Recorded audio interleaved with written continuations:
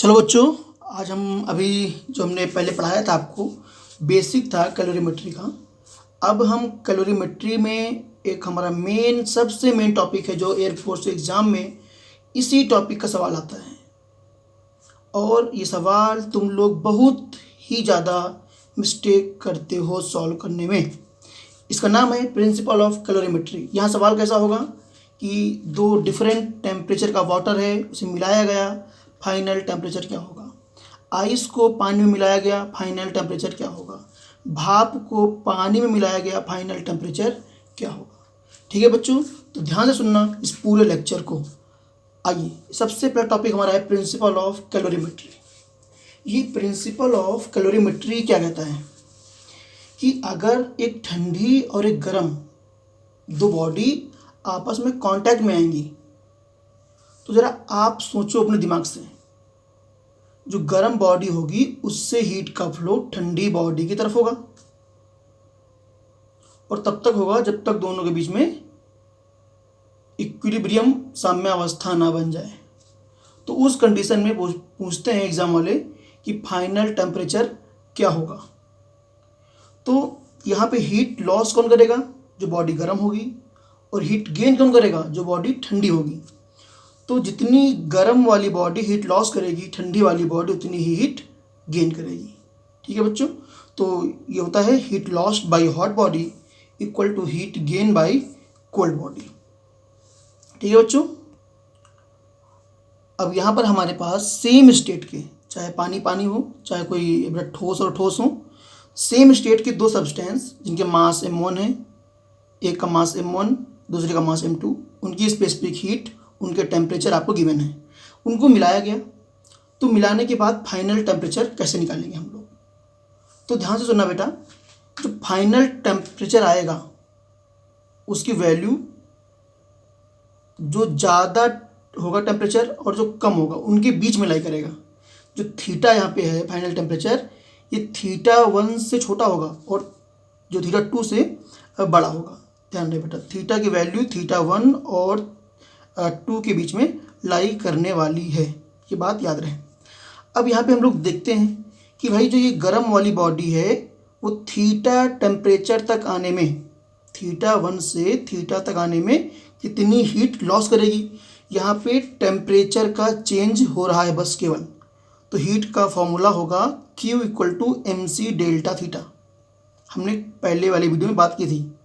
तो हमने माना कि ये जो गर्म वाली बॉडी है थीटा टेम्परेचर तक आने में इसने Q1 हीट लॉस की, तो Q1 इक्वल टू बनेगा हमारा M1 C1 डेल्टा थीटा, बोले तो θ1 माइनस थीटा।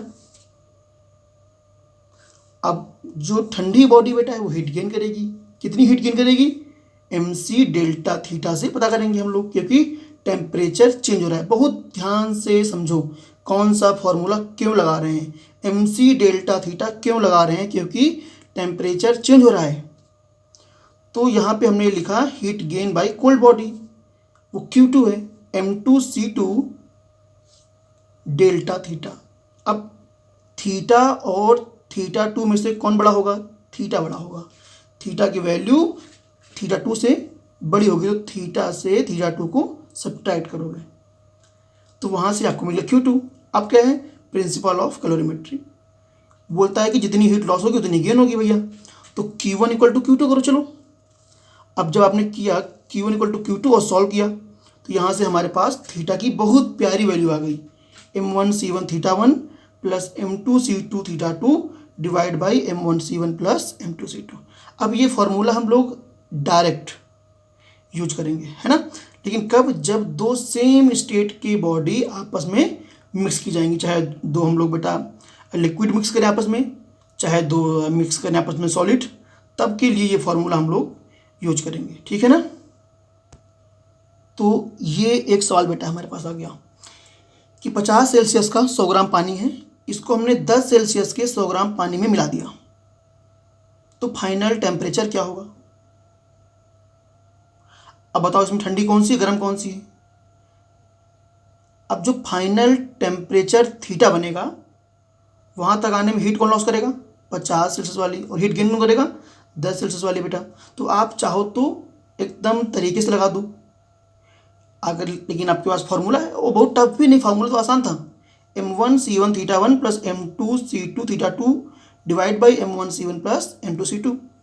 तो बेटा डायरेक्ट वैल्यू पुट कर दूँ और ये आपका यहाँ पे आंसर क्या आएगा, देखो जरा ध्यान से, 30 डिग्री सेल्सियस, है ना।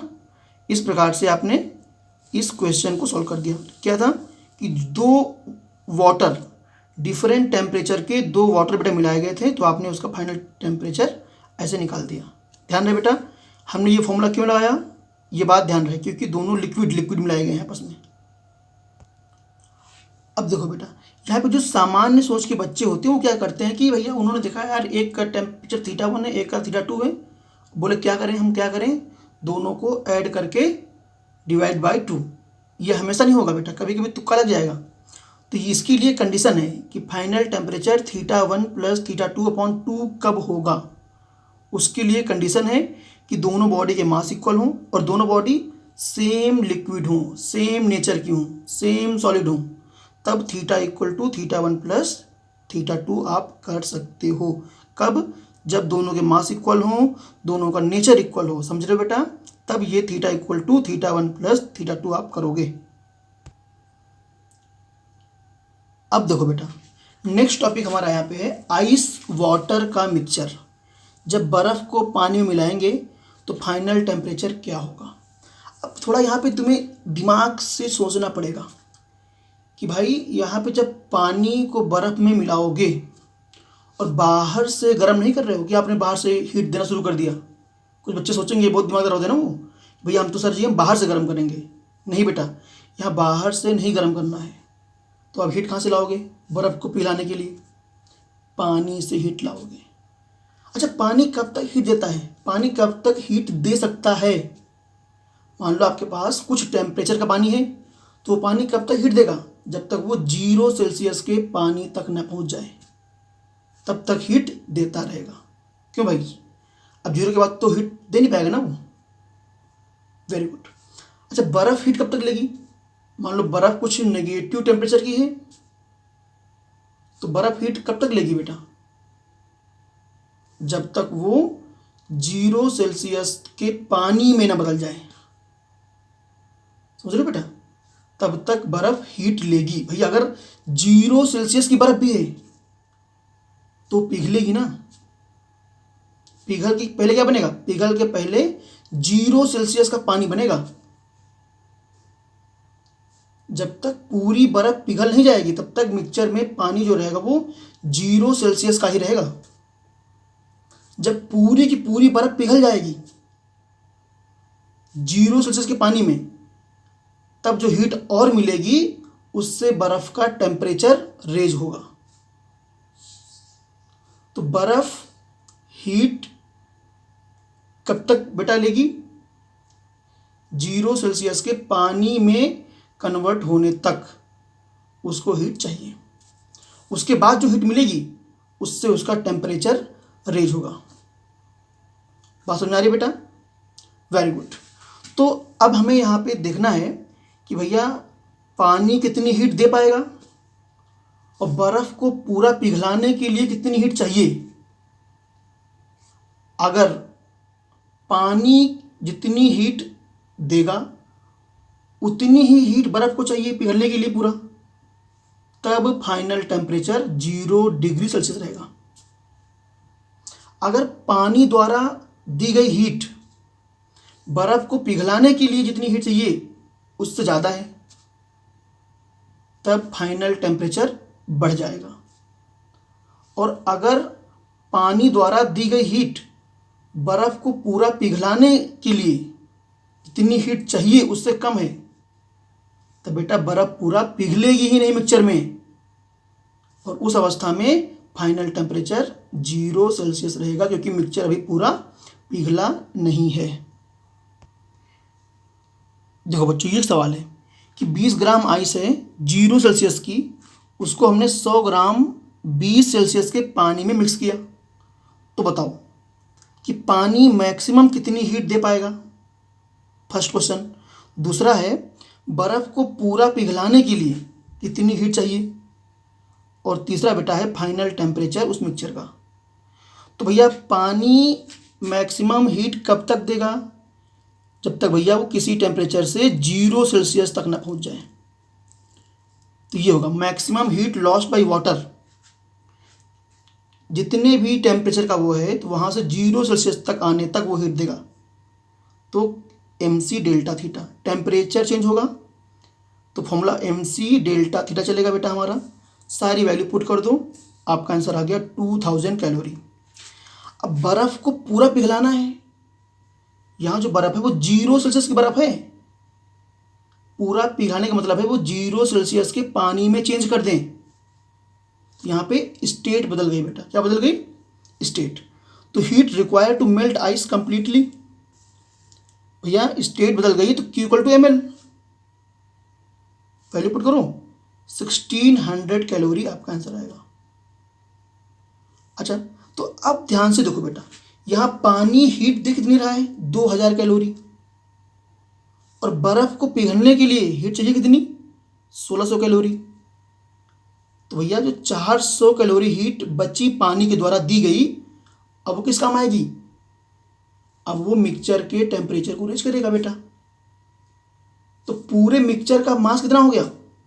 100 ग्राम पानी था और 20 ग्राम मास था बर्फ़ का। पूरा मिक्सचर इस समय है 0 सेल्सियस का, 120 ग्राम। अब उस मिक्सचर का टेम्परेचर, जो हीट बची 400 कैलोरी, वो टेम्परेचर बेटा रेज करेगी। तो इसके लिए Q = MC delta theta. Q 400 calorie हो गया, M हो गया हमारा 120, और डेल्टा थीटा बेटा 0 सेल्सियस का मिक्सचर पूरा बन गया था, वहाँ से थीटा किसी टेम्परेचर तक चला गया हमारा फाइनल मिक्सचर। तो वहाँ से थीटा की वैल्यू हमने निकाल दी। ये वैल्यू पुट किया आपने और थीटा आ गया 3.3 degree Celsius near about. Okay, ये बेटा सवाल दूसरा आ गया हमारे पास कि 20 ग्राम आइस है 0 सेल्सियस की, इसे 100 ग्राम पानी में मिलाया गया जो 16 डिग्री सेल्सियस का है। तो बताओ फाइनल टेम्परेचर क्या होगा? पानी मैक्सिमम कितनी हीट लॉस कर पाएगा? बर्फ़ को पिघलाने के लिए कितनी हीट चाहिए मैक्सिमम? बर्फ़ को पिघलाने के लिए कितनी हीट चाहिए कम से कम, है ना? तो देखो बच्चा, अब यहाँ पानी हीट लॉस करेगा 0 सेल्सियस तक आने में, तो हम बोलेंगे कि maximum heat lost by water. भाई टेम्परेचर बदलेगा, MC डेल्टा थीटा। तो M की वैल्यू पुट की, C की वैल्यू पुट की, डेल्टा थीटा लिखा रहा 16 - 0, हमारा आंसर आ गया 1600 कैलोरी। अब बर्फ़ को पूरा पिघलाने के लिए हीट जो चाहिए, बर्फ़ को पूरा पिघलाना है यानी कि पूरी स्टेट चेंज कर देना है, तो स्टेट चेंज करने में हीट होता है ml। यह अगर 1600 कैलोरी हीट चाहिए। इस बार जितनी हीट पानी ने दी उतनी हीट बर्फ़ ने पूरी एब्जॉर्ब कर ली और पूरी की पूरी पिघल गई। कुछ हीट पानी की बची नहीं बची। तो फाइनल टेम्परेचर बेटा इस कंडीशन में क्या होगा? क्योंकि जितनी हीट पानी ने दिया सारी बर्फ़ ने एब्जॉर्ब कर ली और पूरी पिघल गई, फाइनल टेम्परेचर 0 सेल्सियस रहेगा। एक सवाल बेटा और देखो, कॉन्सेप्ट बिल्डिंग टाइप लोग हम लोग पढ़ाई कर रहे हैं कि अभी कॉन्सेप्ट पहले बिल्डअप कर लो पूरा। तो क्या है, 20 ग्राम आइस है 0 सेल्सियस की, 100 ग्राम 10 सेल्सियस के पानी में मिला दिया गया। अब बताओ पानी मैक्सिमम कितना हीट लॉस करेगा? बर्फ़ को पिघलाने के लिए कितनी हीट चाहिए मैक्सिमम? और फाइनल टेम्परेचर क्या होगा? तो देखो बेटा, भाई पानी हीट लॉस करेगा कब तक? 0 सेल्सियस तक आने में। तो बेटा MC डेल्टा थीटा यानी कि 1000 कैलोरी। अब बर्फ़ को पिघलाने के लिए हीट चाहिए कितनी? बर्फ़ को पिघलाने के लिए हीट रिक्वायर ml, ये आपका बेटा चाहिए 1600 कैलोरी का, है ना? अब देखो पानी ने हीट दी 1000 कैलोरी, बर्फ़ को पिघलाने के लिए चाहिए 1600 कैलोरी। भैया इस बार तो बर्फ़ को पिघलाने के लिए हीट ज़्यादा चाहिए, क्योंकि वहाँ हीट कम है तो बर्फ़ पूरी पिघलेगी नहीं, कुछ पिघलेगी बेटा। तो इस कंडीशन में जब मिक्सचर में बर्फ़ बनी रहे, बर्फ़ पूरी नहीं पिघली है, तो बेटा अभी मिक्सचर का टेम्परेचर 0 सेल्सियस रहेगा, क्योंकि बर्फ़ पूरी पिघली नहीं है। जब बर्फ़ पूरी पिघल जाएगी तब उसके बाद टेम्परेचर बढ़ना स्टार्ट होगा। अब पूछेंगे कि बताओ बेटा इसमें कितना बर्फ़ पिघला, find the amount of ice melted. तो भैया आइस को मेल्ट कराने के लिए कितनी हीट है, जितनी पानी ने दी, और वो केवल है 1000 कैलोरी। तो अब पता करेंगे इस हीट से कितनी बर्फ़ मेल्ट होगी। तो Q इक्वल टू ml लगा दो। m वो मास होगा जो मेल्ट हो जाएगा बर्फ़ का। तो बेटा Q equal to ml, Q था 1000, m निकालना है, LHC पुट कर दिया 12.5 ग्राम। देखो 20 ग्राम बर्फ़ थी, 12.5 ग्राम आइस मेल्ट हो गई, पूरी मेल्ट नहीं हुई। तो बेटा कितनी बची, 20 माइनस 12.5 ग्राम, यानी कि 7.5 ग्राम आइस मिक्सचर में अभी बचेगी। ठीक है बच्चों, वेरी गुड। अच्छा ज़रा ये बताओ कि अगर तुम्हें बर्फ़ को पिघलाना है पूरा पूरा, तो कितनी हीट और चाहिए, कितनी हीट और चाहिए। तो आप बोल दोगे कि भाई हमें चाहिए पूरी 1600 और है क्यों 1000, तो 600 कैलोरी हीट अभी और चाहिए। ठीक है बच्चों, तो इस प्रकार से ये बेसिक सवाल हो गए आइस वाटर के और वाटर के फाइनल टेम्परेचर निकालने के। आगे हम लोग भी और करेंगे। जय हिंद, तब तक के लिए जय हिंद।